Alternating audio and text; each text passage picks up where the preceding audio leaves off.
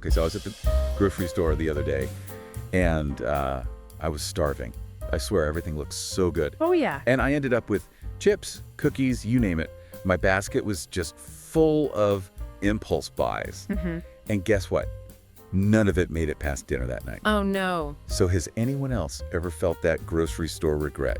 You know that feeling? It's such a universal struggle. Like, our Yeah. brains, they're just wired to crave that instant gratification, Yeah. especially when we're hungry. Exactly, yeah. And grocery stores totally know this, Yeah. which is why they put all the tempting stuff right where we can't resist it. Oh, for sure.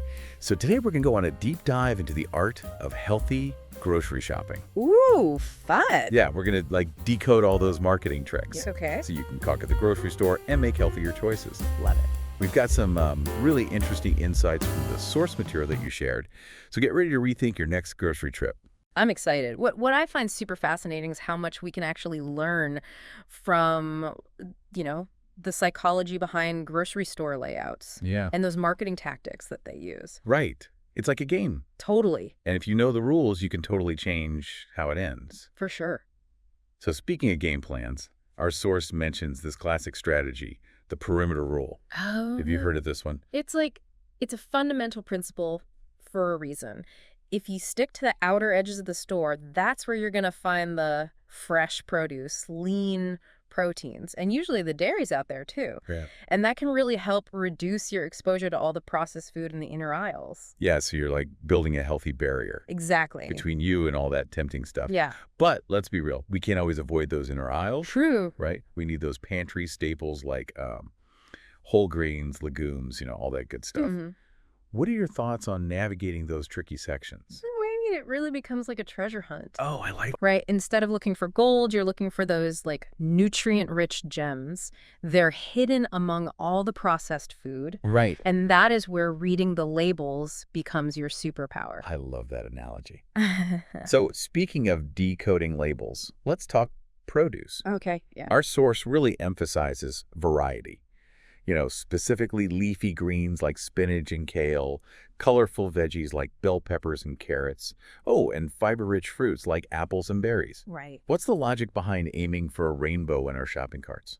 Well, each of those color groups, so you've got, your greens, your reds, your yellows, your oranges, each of them offers a unique set of vitamins and minerals and antioxidants. Okay, So you're basically diversifying your nutrient portfolio got it. That makes sense. for optimal health. So while we're talking produce, our source highlights the benefits of buying, seasonal fruits and vegetables. What are your thoughts on that? Seasonal produce is generally going to be fresher and more flavorful, and it often tends to be more affordable. Yeah. So, it's a win-win for both your health and your wallet. And it supports local farmers too. Exactly.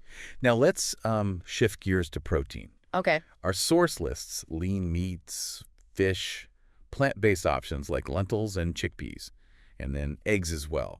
So what should we keep in mind when we're choosing protein sources? Yeah, I think prioritizing lean protein sources is key because that can help to manage your calorie intake, and it may also help to reduce the risk of certain health issues. Okay. And within each category, there's kind of a spectrum of leanness. So, for example, with meats, opting for skinless chicken breasts or lean ground beef, those are good strategies.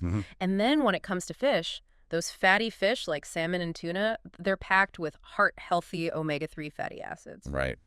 And for our plant-based eaters out there, lentils and chickpeas, incredible sources of protein and fiber. Totally. Okay, so let's dive into the battle of the grains. Whole grains versus refined grains. Yes. Our source really breaks down the nutritional differences. What are the key takeaways there? Yeah, so the main difference is really in the processing. Okay. So whole grains, they retain the entire grain kernel. So that's the bran, the germ, and the endosperm, which are all packed with nutrients and fiber. Okay. Refined grains, on the other hand, have been processed, and that process removes the bran and the germ. And when you do that, you're stripping away a lot of the fiber and nutrients. So it's like brown rice over white rice. Yes, exactly. Quinoa over couscous. Yep. Whole wheat bread over white bread. Exactly. And that fiber is so important for digestion and feeling full and just overall gut health. Absolutely. Fiber is a true unsung hero in our diets. Yeah. It helps to regulate blood sugar levels, it promotes healthy cholesterol levels, and it even contributes to a healthy weight. So I know a lot of people demonize fats. Yeah. But our source actually highlights the importance of healthy fats. So what are some of the best sources of healthy fats? And why are they so good for us? Okay, well, healthy fats are essential for things like hormone production and cell function, and they even help with nutrient absorption. Oh, wow. So some of the superstars in this category are avocados, nuts, olive oil, and then those fatty fish we talked about earlier, like salmon, tuna, mackerel. These fats provide those essential omega-3 fatty acids, Right. which are fantastic for brain and heart health. Yeah. It's amazing how something that we used to avoid is now considered crucial for our well-being. So I'm curious to hear your thoughts on dairy. Okay. Our source recommends opting for unsweetened options like Greek yogurt, cottage cheese, plant-based alternatives.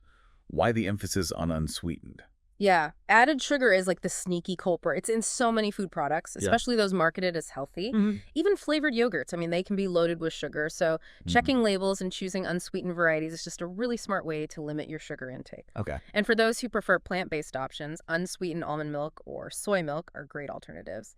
So we've covered a lot of the good stuff. Now let's talk about the grocery store traps. Okay. Our source mentions those common health halo pitfalls. Foods that seem healthy, but are actually packed with sugar or unhealthy fats Right. or artificial ingredients. Can you give us some examples? Yeah, so one classic example is breakfast cereal. Oh, yeah. A lot of cereals marketed to kids or as healthy choices. They are loaded with sugar and refined grains. Okay. And another one is granola bars. Some granola bars can have as much sugar as a candy bar. Oh, wow. And those low-fat or diet foods can be kind of misleading as well. Yeah, it's crazy how those marketing tactics can make you think you're making a healthy choice when you're really not. Right. Speaking of sneaky culprits, our source also flags processed meats. Bacon, hot dogs, deli meats. Why are those considered less healthy?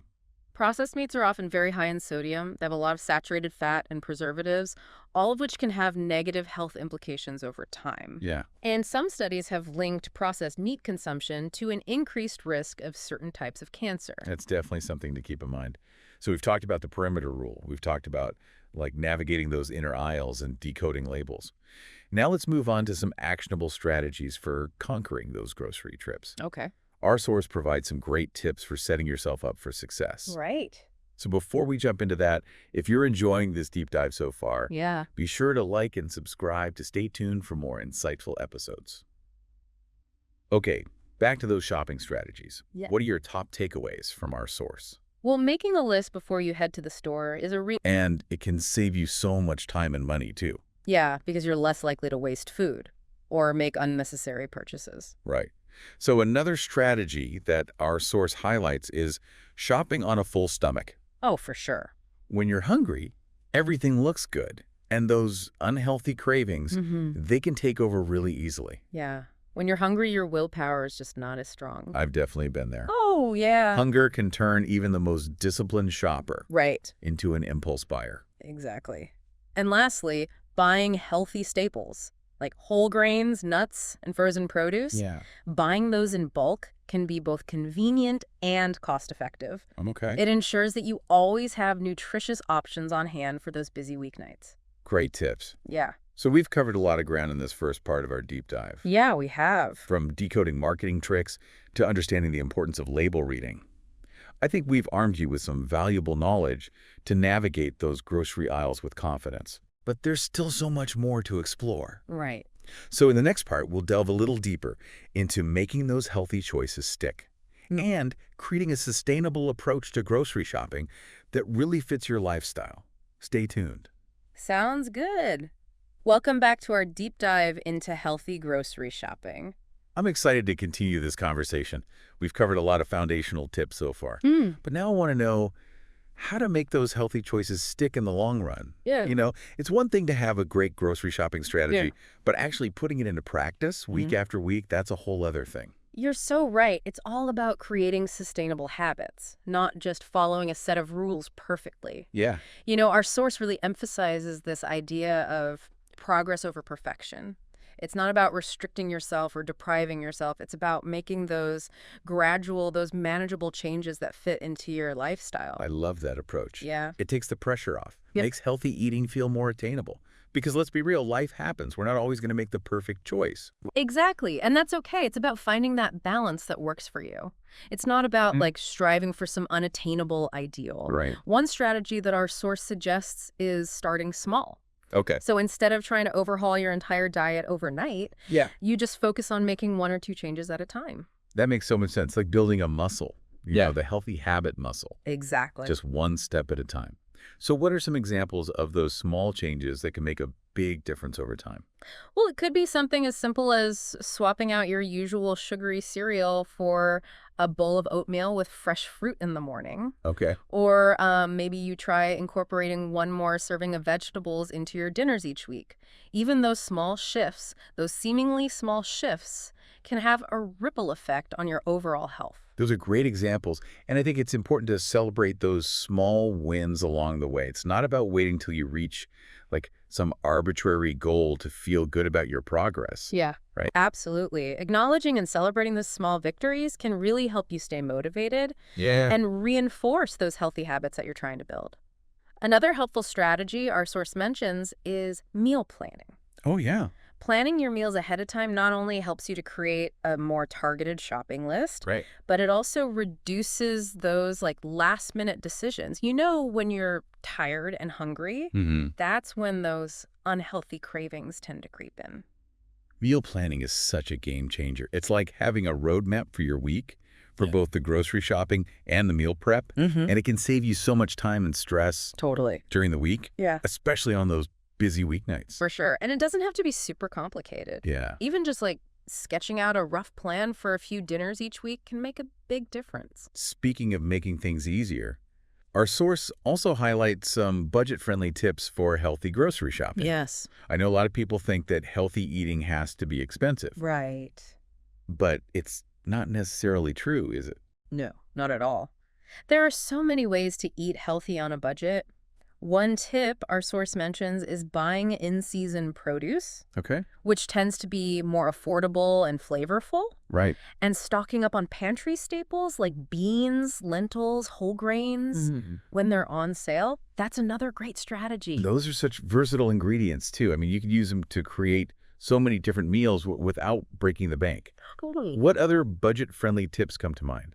Well, frozen fruits and vegetables are often just as nutritious as fresh produce Okay. and can be significantly cheaper, Yeah. especially when those fruits and vegetables are out of season. Right.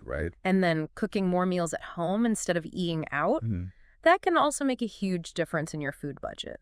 That's such a good point. And cooking at home not only saves money, Yeah. but it gives you more control over the ingredients and the portion sizes. So it seems like healthy grocery shopping doesn't have to be expensive or complicated. It's all about making smart choices and finding strategies that fit your lifestyle and your budget. Exactly. It's about empowering yourself to make choices that support your well-being, without feeling restricted or deprived. That brings us to a really important point that our source emphasizes. It's this idea of reframing our thinking about grocery shopping. It's not about perfection or deprivation. It's about making choices that nourish our bodies and make us feel good. I love that perspective. It's about shifting our focus from what we should or shouldn't eat to what truly fuels our bodies and brings us joy. Yeah. And I think that's a beautiful message to carry with us as we navigate those grocery aisles. It's not about being perfect. It's about making progress and finding a way of eating that feels good, both physically and mentally. Absolutely. It's about finding a sustainable approach to healthy eating that you can stick with for the long haul. So as we move into the final part of our deep dive, I want to challenge our listeners to think about one small change, just one, that they can make on their next grocery trip to choose foods that truly nourish their bodies and bring them joy. So what's one small step you can take to make your next grocery trip a little bit healthier and a little bit more enjoyable? That's a great challenge. Remember, even the smallest step can make a difference in the long run. So stay tuned for the final part of our deep dive, where we'll explore even more strategies for making those healthy choices stick and creating a lifestyle that supports your well-being. Welcome back to the final part of our deep dive into healthy grocery shopping. I gotta say, this conversation has totally shifted my perspective on how I approach those grocery aisles. Yeah, it's amazing how much we learn when we take a closer look at our habits and really try to understand, the psychology behind the food choices we make. Right, like I love how our source emphasizes that healthy eating doesn't have to be restrictive or boring. It can be really delicious and enjoyable. For sure. It's all about rediscovering that joy of cooking and experimenting with new flavors and new ingredients. Speaking of rediscovering joy, I used to think that healthy eating meant like bland salads and flavorless meals. Yeah. But I'm realizing that that's so far from the truth after, like diving into this source material. I totally understand where you're coming from. There's this common misconception that healthy foods just like lack excitement or flavor, but there are endless possibilities for creating delicious and nourishing meals, that satisfy both your taste buds and your health goals. And our source really highlights the importance of finding what works for you. Yeah. It's not about following a rigid set of rules. It's about creating a sustainable approach to healthy eating that fits your lifestyle and preferences. Exactly. It's about finding that balance, that feels good both physically and mentally. And that balance, it's going to look different for everyone.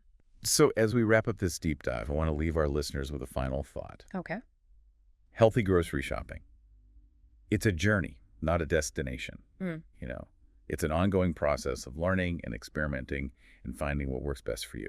And it's about finding joy in nourishing your body with delicious, wholesome foods. Beautifully said. It's about making those mindful choices that support our well-being without feeling restricted or deprived. So next time you step into that grocery store, just remember everything we've talked about today. Make a list, read those labels, and choose foods that make you feel good. And most importantly, don't be afraid to get creative in the kitchen. Yes. Explore all those culinary possibilities. So that's it for this episode of The Deep Dive. Awesome. We hope you enjoyed exploring the world of healthy grocery shopping with us. Until next time, stay curious and keep diving deeper.